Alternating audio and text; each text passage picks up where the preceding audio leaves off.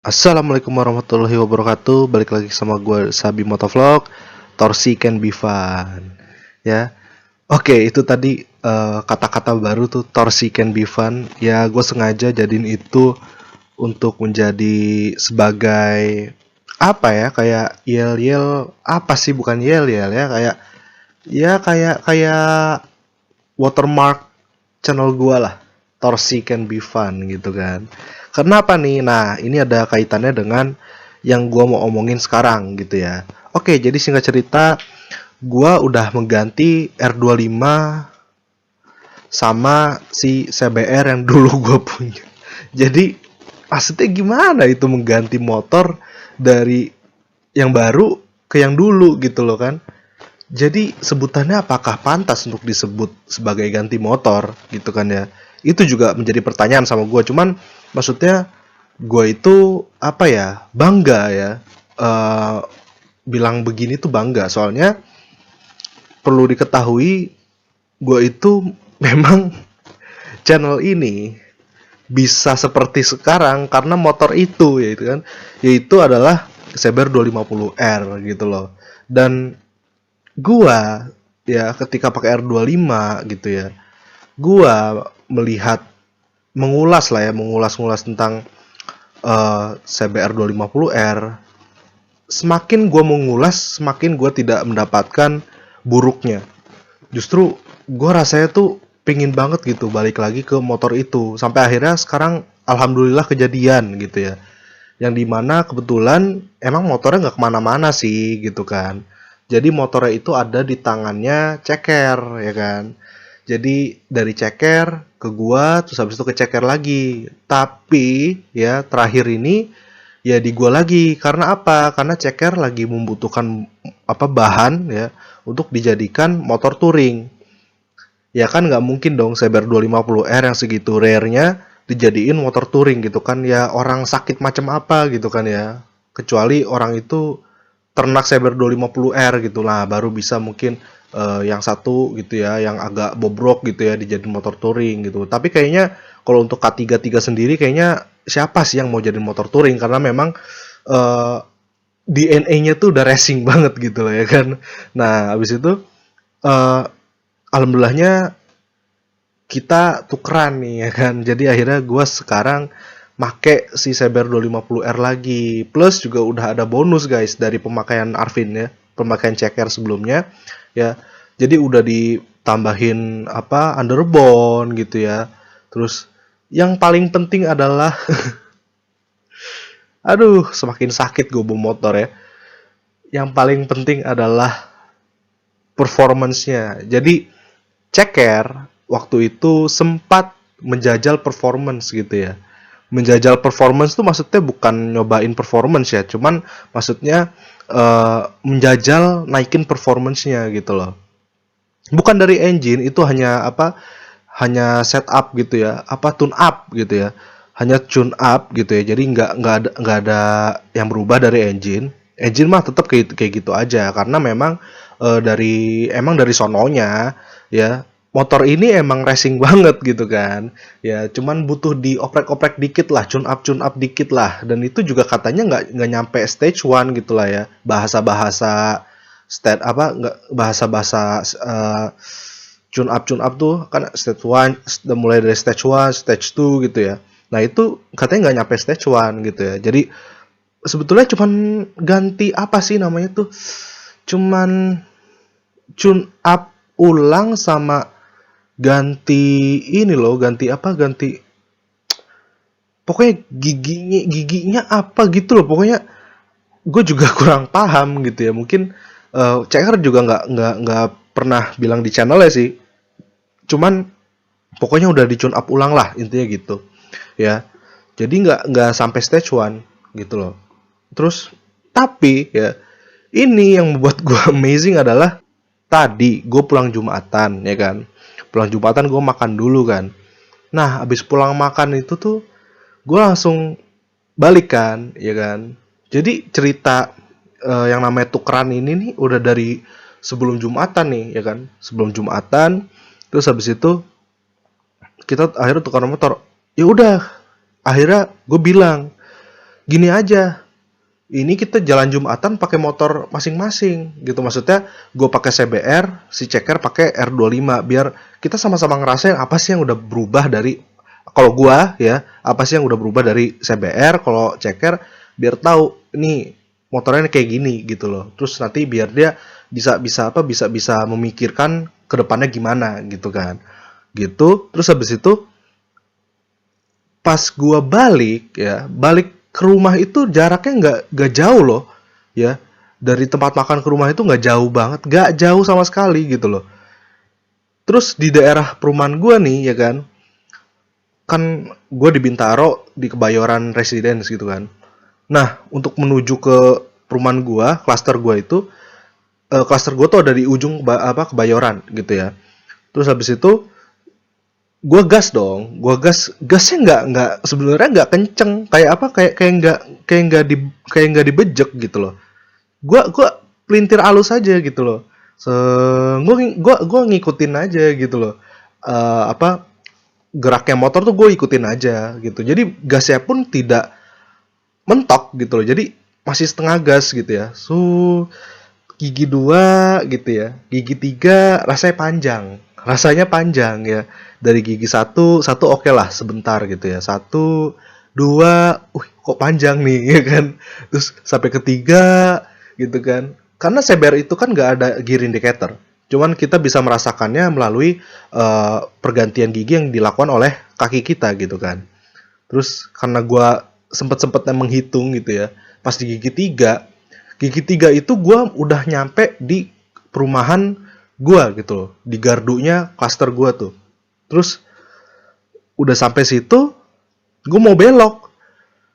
Gue nyaris kebablasan karena gue rasa tuh kenceng banget emang. Kok beloknya agak susah nih gitu kan. Maksudnya susah tuh bukan susah dibelokin setir ya. Kalau setir mah belokin aja. Cuman maksud gue kalau gue misalkan ngebelokin gitu ya, gue langsung ngebelokin begitu, bisa-bisa gue antara gue nabrak, antara gue pokoknya macem-macem lah yang negatif gitu ya. Terus pas gue liat kokpit, ternyata ya di gigi 3 itu berada di 140 km per H guys. Dengan kondisi gas manteng, santai. Itu di gigi 3 140 km per jam. Gimana nggak kinap gue kan abis itu kan. Kayak, wah, gue nggak berasa. Sumpah gue nggak berasa. Kalau udah 140, ya. Oke, tentu gue ngelihatnya bukan 140 pas. Cuman ketika gue udah nurunin gas, ya, gue udah lepas gas, itu gue lihat dari 139, 138 dan seterusnya. Berarti kan tadinya kan 140 dong. Ya kan? Dan 139 aja kayaknya tuh udah meleset 40 kan sebenarnya gitu loh. Bisa dikatakan 40 gitu kan. Gitu guys. Dan ternyata bener-bener performa dari motor ini bukan lumayan lagi ya. Memang sakit gitu ya. Berbeda dengan R25 gitu ya. R25 itu menurut gue malah seharusnya dia jadi motor touring, bener kata Ceker. Itu motor yang oke banget buat touring.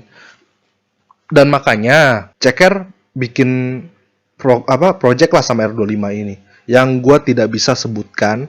Pokoknya berhubungan dengan touring guys. Jadi itu yang bisa gue sebutin. Cuman kayak gimana ya gue belum bisa sebutin. Itu nanti langsung dari Cekernya aja ya. Gitu. Pokoknya buat touring R25 itu lebih enak gitu loh. Itu motor yang sangat enak buat touring. Karena apa? Karena ya pertama dari shocknya ya. Shock belakang itu ya Allah empuknya nauzubillah. Dan menurut gue gak pantas lah motor sport seempuk itu. Tapi memang Yamaha tuh seperti itu. Untuk yang harusnya diempukin gak empuk. Untuk yang harusnya dikerasin empuk gitu loh. Itu Yamaha tuh ciri khasnya kayak gitu. Cuman maksudnya ya sekali lagi Yamaha adalah motor yang memang sebenarnya itu bahan. Jadi itu motor yang memang membutuhkan tangan jahil kita, tangan usil kita tangan usil manusia untuk dikembangkan lagi. Itulah Yamaha. Cuman kalau Honda itu mau dijailin tuh rada udah bagus gitu loh. Itu memang untuk orang yang sebenarnya tidak terlalu hobi custom segala macam ya. Cuman kalau orang misalkan hobi gitu ya, pingin apa-apa tuh di custom ya, mungkin Honda juga kena gitu kan ya, kayak Honda zaman dulu kayak Tiger yang sekarang jadi Cafe Racer, Jab Style dan lain-lainnya gitu kan ya. Cuman kalau gue sih kalau Yamaha tuh rasanya tuh pingin banget di apa-apain gitu. Cuman kalau Honda itu enggak lah, gini aja lah, itu aja lah. Gitu, paling cuman modif knalpot. Pokoknya dicantik-cantikin doang gitu loh, dikasih perintilan-perintilan doang kalau Honda tuh. Ya, tapi kalau Yamaha tuh berbeda gitu kan. Ya mungkin ada yang setuju ada yang enggak sama gue, cuman memang mayoritas sih bilang kayak gitu, ya kan. Terus yang kedua adalah ya, kenapa R25 itu menurut gue bukan motor yang DNA-nya itu racing gitu ya. Karena untuk mencapai top speed kita harus effort. Ada effort banget lah pokoknya.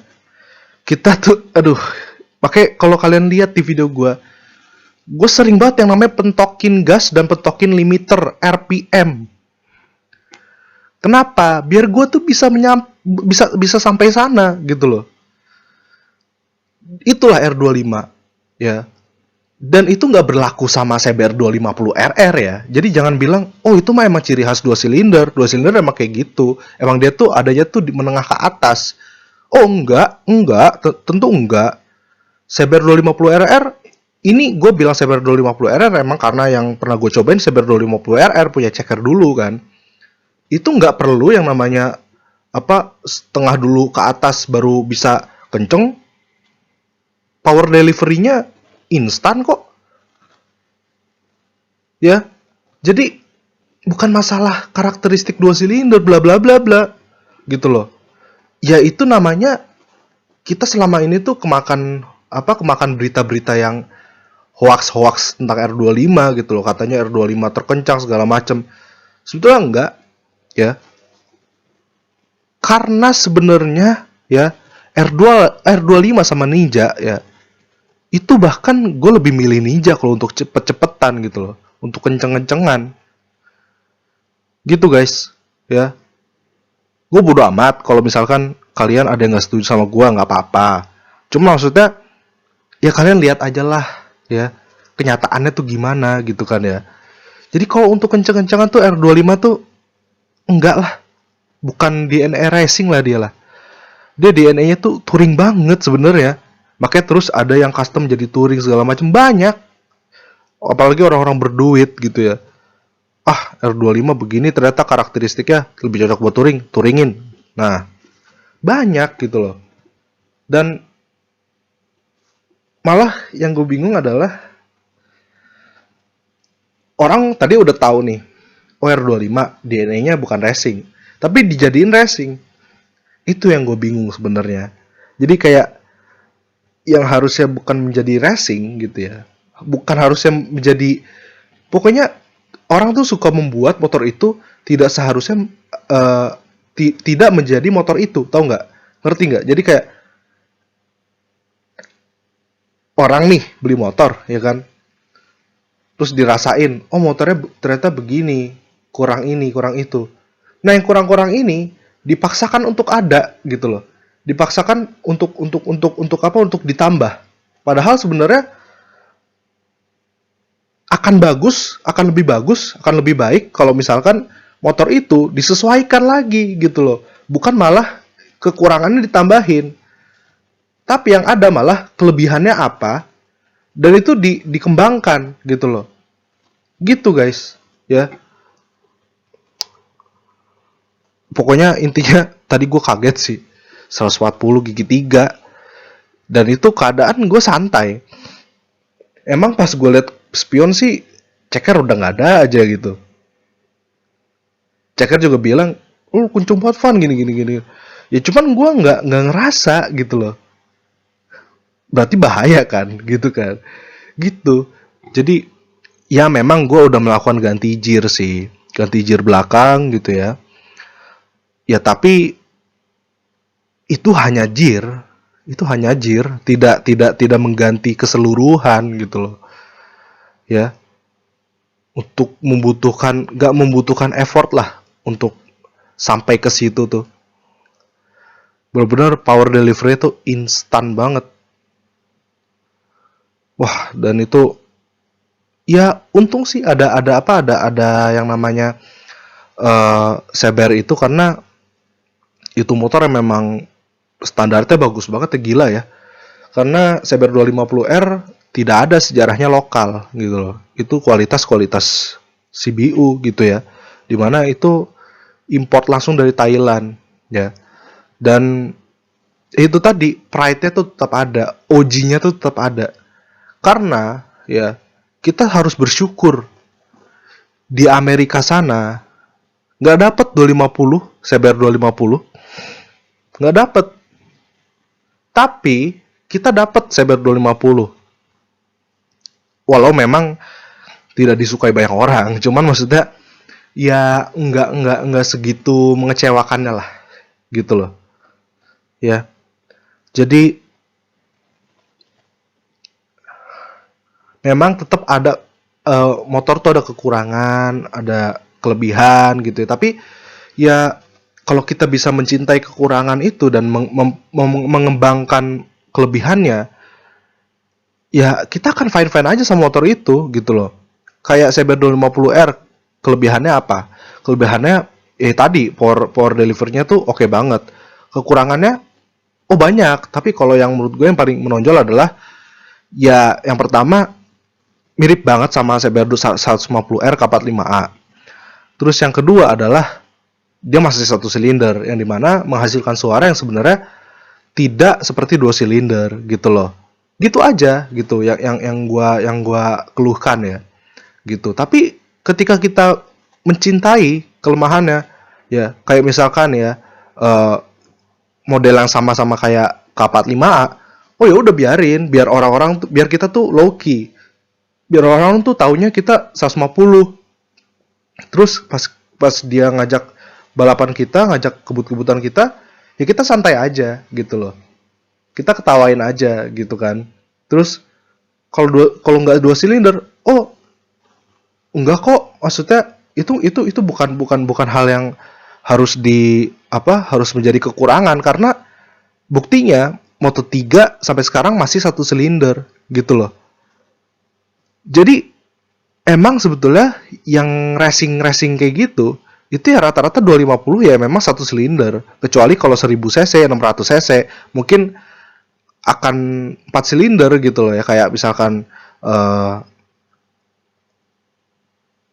Moto 2 sama GP gitu kan ya. Itu pasti 4 silinder gitu loh buat Honda gitu loh. Cuman kalau 250 cc semua pabrikan akan, ini GP ya, Moto3 ya.